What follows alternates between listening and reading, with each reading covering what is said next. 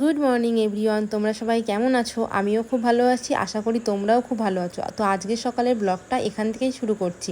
এখন বেলা 9টা বাজছে। তো ঘুম থেকে উঠে চাটা খেয়ে প্রথমেই বসে পড়েছি একটা কাজে। এটা হচ্ছে কি বলো তো, কুলেখাড়ার পাতা, সেটাকেই জুস করতে দিয়েছি।